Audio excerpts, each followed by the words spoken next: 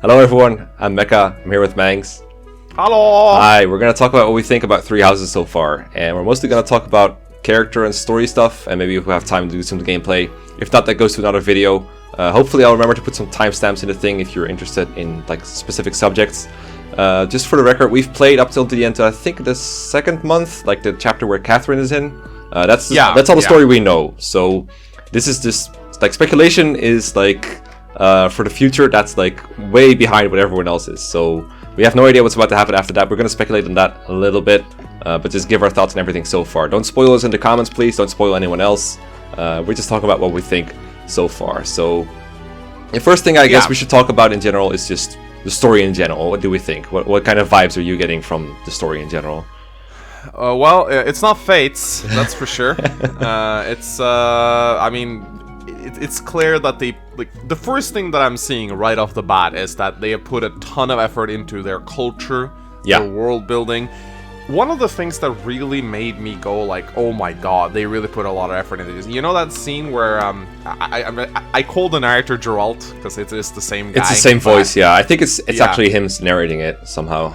I don't know how. When Geralt is explaining how the girls are picking the roses and weaving them into the Bible flowers. story, yeah. Yeah, the Bible story and giving them to guys and stuff. Whenever I saw that, I was like, oh my god, they put so much effort into their world building. They have like cultures, they have seasons, they have traditions, they have happenings that happens on like that to me is just what made me go like, this is a real world that they really put a lot of effort into. I mean, my Fates didn't even have a map, you know? Yeah. And I know like comparing things to Fates doesn't necessarily mean they're good, but that's a for me bar, it was just we were so worried about this game, right? We were so worried about the amount of effort they were going to put into this.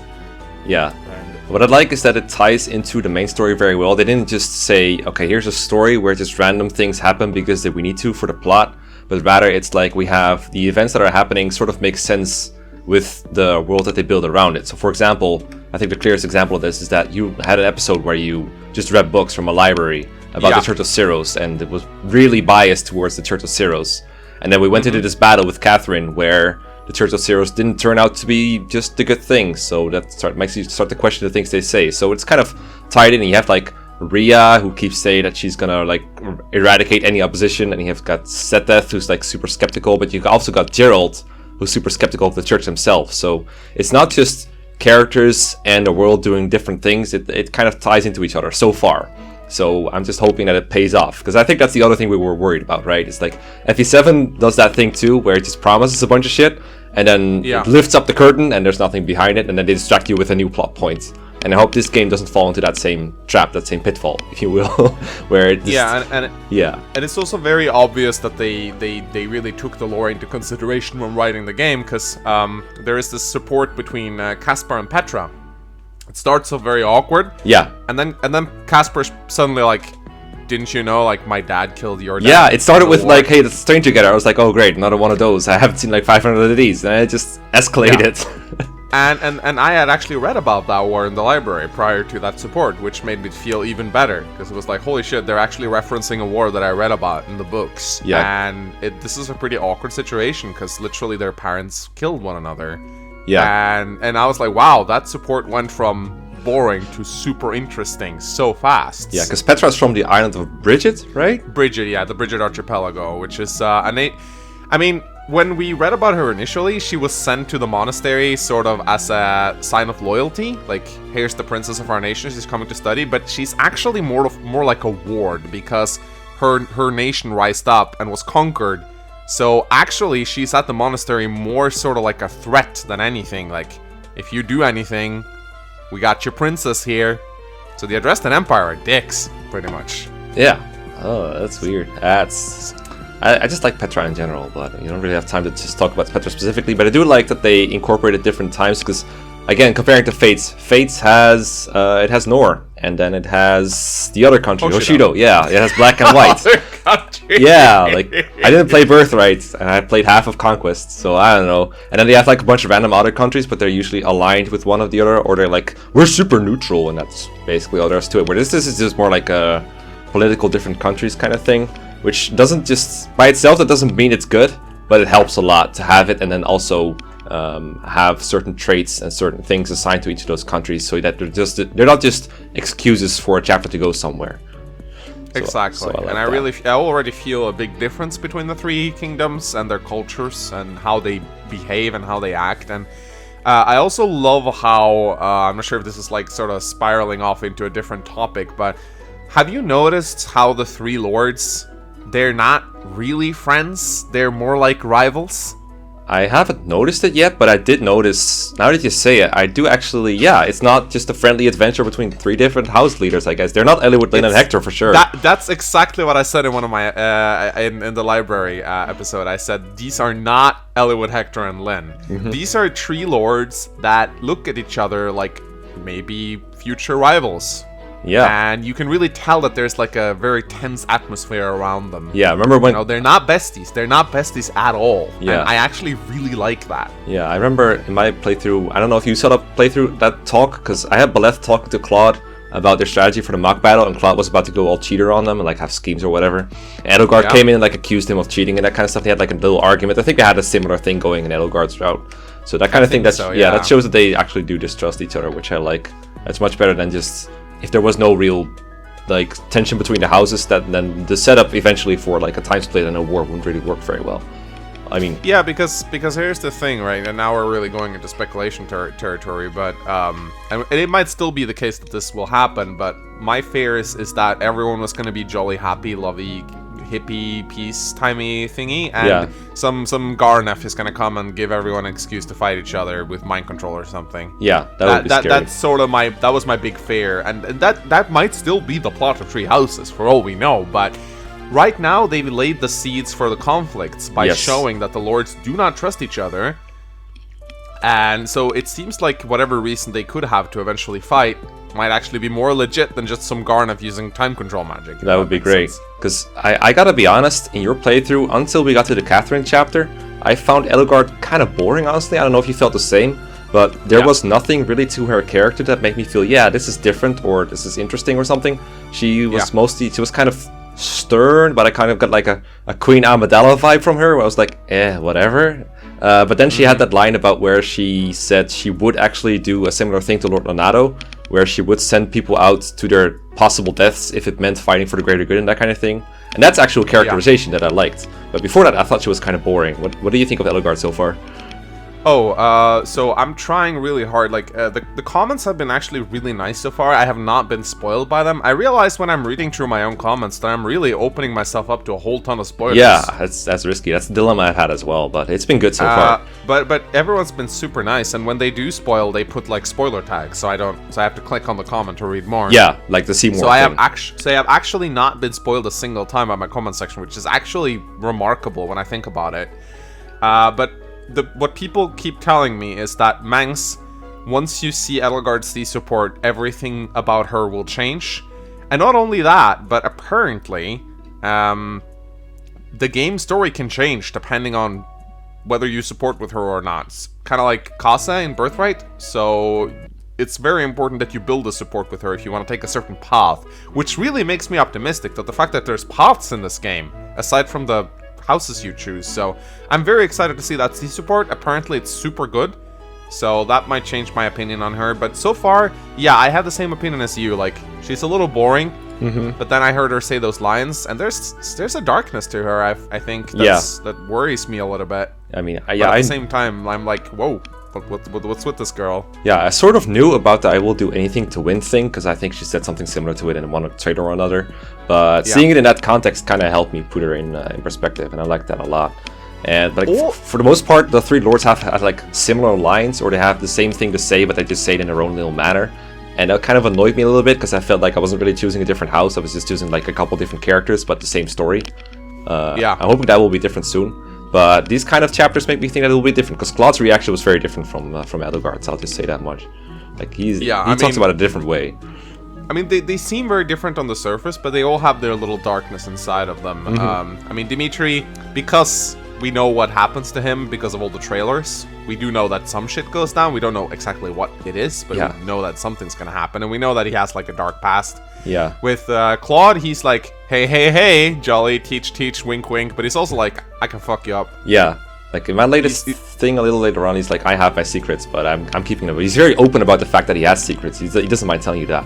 What I was very worried about, especially for Dimitri, is that they go like he has a very hidden kind of darkness to him. I didn't see any of that in his behavior. In fact, he's like the nicest guy and most polite guy I've ever seen in the monastery whenever I talk to him, which is very weird. I like a contrast between that, but I didn't like how the game tried to sell his inner darkness, because you couldn't see it anywhere. It was literally just like, remember that first conversation where we thought you were choosing your house?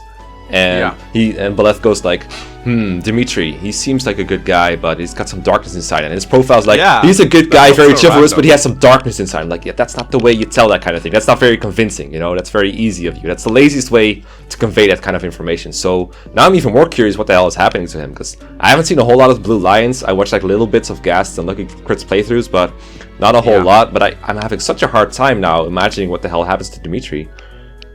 Yeah, and I will say that if I have a little bit of criticism of Treehouses so far, it's that it occasionally falls into the show don't tell trap. Yeah.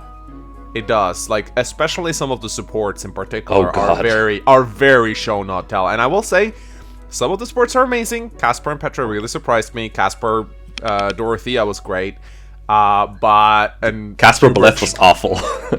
Yeah, the Byleth support. Can we talk about the Byleth support? Yeah, we should talk about Byleth in general once we're like, are we done with the Lords? Do we have anything else to say about him? Yeah, I don't have much to say about him. Yeah, really. I mean, I'm just curious where they're all going, really. That's all. Like, the one thing I want to say about the Lords still is I'm very afraid still that the negative traits will only come out if you don't pick their routes, and that's just an excuse for them to fight against you. Like, if for example, if I'm staying with Claude, he might not ever reveal his schemer side or whatever to me. Or if you stay with Dimitri, he will never show his inner darkness, and that's just an excuse to turn him against you. That's what I'm afraid of. I hope it won't happen that way. I hope we still get I hope Blue Lions players still get to see eye patch Dimitri, basically, like kill every last one of them no matter what. Oh, for sure. That'd be really weird. Yeah. to have to deal with him as a main character. An actual protagonist, that's bad. Like we wanted that with Conquest, we didn't get it. So I'm hoping we get it this time. But yeah, can we just let's talk about the elephant in the room, Byleth. Oh god, this guy is so awkward. I gotta say, I think the worst thing about Byleth that I think summarizes the thing altogether is the guy just has no agency whatsoever. Everything that happens around him or happens with him happens because other people want to happen it that way. He doesn't do anything. He doesn't make any decisions, even though the game gives you like 5,000 different decisions. They never matter. Like that wasn't a big surprise, but I'm surprised as how little Byleth cares about anything. He just goes along with whatever Geralt or Rhea or whoever says. Or the main lords. He doesn't drive anything. He's a complete non-character. This is a huge issue with the silent mute avatar that I think is. I mean, this is what you pay for avoiding Corrin, so to say. Yeah, exactly. Because if we had a not mute avatar, then he would be talking all the time, and he wouldn't feel like us. And they risk. But here's the thing, though. Fates had very dumb writing, and so Corrin felt very dumb. But how would a not mute avatar actually feel if they wrote him in a compelling way? Because right now I'm like, this guy is a teacher, really? Yeah. He never makes any decisions, you know. But I think with Byleth we're supposed to sort of just swallow whatever. Like, we're supposed to just take it with a grain of salt and just insert ourselves into his shoes and pretend like he's actually super charismatic. Even though he doesn't show it on screen, if that makes sense. It's sort of like what do you call it? When you have to believe something that's not there. Suspension of disbelief. Suspension of disbelief. Yes. Yeah. I don't know. I have a very hard time though, because a lot of times these prompts come up with decisions, and I'm like, neither of these fits what I would say, or both of them basically say the same thing, and it takes me out of the story completely whenever I have to do it, because there's just no way to insert yourself into that kind of crap. It doesn't help that you don't get to customize him in this case. Like, I never thought I would be like advocating for another Corrin or Robin, but I don't like this alternative either. I would prefer, like, this story. I know Byleth is going to be important at some point because he's got the chest of the mysterious one or whatever, and I mean, his dad is important to the story. Story is going to be about him at some point, but I feel like if they just wrote it without him and just used just made a main character that wasn't an avatar, it would have worked so much better. Because the way the Byleth is right now, it doesn't work. He's just a pawn that everyone else is moving to different spots. It really doesn't work for me. Exactly. And also, well, some people have argued that Byleth is actually not an avatar. I mean, he plays like an avatar, but he's not really an avatar. Chad said this in this video, actually. Byleth is not an avatar character, because you can't customize him. But he plays like an avatar, but he is very different from other avatars in the series. Yeah, I mean, whether you call him a Sylvan... put your name on him. Yeah, whether you call him a Sylvan Cert, an avatar, a player, kind of guy, whatever he is, it doesn't work for me. So I don't know what he's supposed to be, but I don't feel like I'm him. I can't customize him. I also don't want the Sylvan Cert to begin with, and whenever he talks, it takes me out of the story. So I don't know what he's supposed to be, but... Yeah. No, I will say that that actually one of my biggest criticisms of Treehouses so far is Byleth and the story, and I do hope this change. I don't really, because Byleth is so silent all the time, I don't really feel like, for example, well, Geralt hasn't said much yet, but at least Geralt is very much supposed to be inspired by Grail from very much. Radiance, but with Grail there was a big relationship between him and Ike, because Ike was talking to him. Yes. But with Geralt, I don't really feel like there's a bond between them at all. No. The thing is, like, Byleth is, like, sometimes you have a protagonist that's either actually silent or that just doesn't talk out loud in the game, but the other characters still seem to understand him. Like, you got, like, for example, Red in the Pokemon games, or your protagonist there in general. They never say lines out loud, but sometimes people say they understand what they're saying, as if they're actually talking. You got Link from the Zelda games, who I think nods, but doesn't really speak very much. Byleth is a weird hybrid, because he does actually talk whenever you make a decision, but otherwise people still tell him that he's silent almost all the time. So yeah, it's a very weird breed between a silent protagonist and a guy that actually does talk, which... Yeah, I think you definitely can do a silent protagonist the right way. Yeah. And I think if there's anything Treehouse has failed to do so far, I mean, they could still reel it in, I guess, but I don't think they will. I think that they didn't completely succeed in setting up Byleth as a silent avatar. I think we both agree on that. Yeah, because he's not actually silent, honestly. No. and whenever he talks, it's stupid. Yeah. But aside from that, like, aside from Byleth, I do think that the story is being presented pretty well so far. Yeah. Like, Geralt is... I mean, Byleth is, like, weird and stuff, but everyone else around him is pretty good, I gotta say. One character I do think we need to talk about is Sothis. It's because she's part of Byleth. I wasn't really, like, she's kind of like a setup kind of girl. Clearly she's related to something that's gonna happen later. I feel like she's part of Byleth, or like part of the same entity somehow, because they have such a close, weird bond where she's inside him, but sometimes she's outside him, but only he can see her. And they gave her amnesia, which I was like, that's very cliche and very easy, but if they didn't, then she would probably spoil the game for us. So they would probably do like some kind of bullshit premonition, which I'm very glad wasn't there, by the way. Gotta give him credit for that. No premonition bullshit at the start of the game, like with echoes and fates. It worked in Awakening, but every other game it's stupid. But Sothis, I'm not a big fan of like what she's trying to do most of the time, but I'm still interested in what's gonna happen with her, because she's clearly setting up a lot of promise, a lot of mysteries. But that's me.